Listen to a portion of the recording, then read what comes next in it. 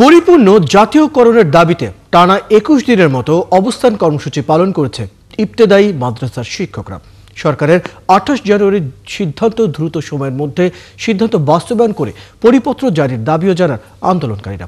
ঘোষণা অনুযায়ী আজ দুপুরে প্রধান উপদেষ্টার বাসভবন ঘেরাও করতে গেলে তাদের আটকে দেয় পুলিশ। পরের বার সদস্যদের একটি প্রতিনিধি দল সচিবালয়ের বৈঠকের উদ্দেশ্যে যায়। সুফিয়ান ফারাবির প্রতিবেদন। কালার এক্সপার্ট, জর্জ স্যাপ এবং মাইল্ড অন হ্যান্ডস টেকনোলজি সমৃদ্ধ অরিক্স ক্রিস্টাল ওয়াশ আপনার লন্ড্রি এক্সপার্ট। ২০ দিন পেরিয়ে টানা ২১ দিনে ইবতেদায়ী মাদ্রাসার শিক্ষকবৃন্দের অবস্থান কর্মসূচি।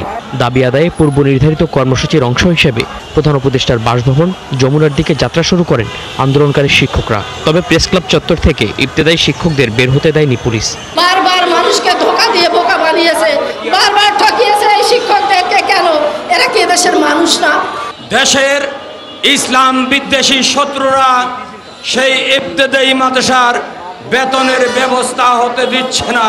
নারী পুরুষ নির্বিশেষে দাবি আদায়ে জাতীয় প্রেস ক্লাবের সামনে ২১ দিনে গড়িয়েছে তাদের আন্দোলন। সরকারের সদিচ্ছার অভাবে ইবতেদায়ী মাদ্রাসাগুলো জাতীয়করণের দাবি পূরণ হচ্ছে না বলে অভিযোগ করেন তারা। ইবতেদায়ী মাদ্রাসাকে একটি মানসম্মত প্রতিষ্ঠান হিসাবে আপনারা এটাকে নিশ্চিত করুন, তাহলেই এই আন্দোলন থামবে। না হয় এই আন্দোলন থামবে না, এই আন্দোলন অগ্রসর হবে। আরো কঠোর থেকে কঠোর কর্মসূচি দিয়ে এই দাবি আদায় করতে আমরা বদ্ধপরিকর হব। শিক্ষকদের এই আন্দোলন শতভাগ যৌক্তিক দাবি করে এই আন্দোলনের সঙ্গে একাত্মতা পোষণ করেছে জামায়াতে ইসলামী। দলটির সিনিয়র নেতারা বলেন, দাবি আদায় না হওয়া পর্যন্ত শিক্ষকদের পাশে থাকবে তাদের দল। সুফিয়ান ফারাবি, ৭১, ঢাকা।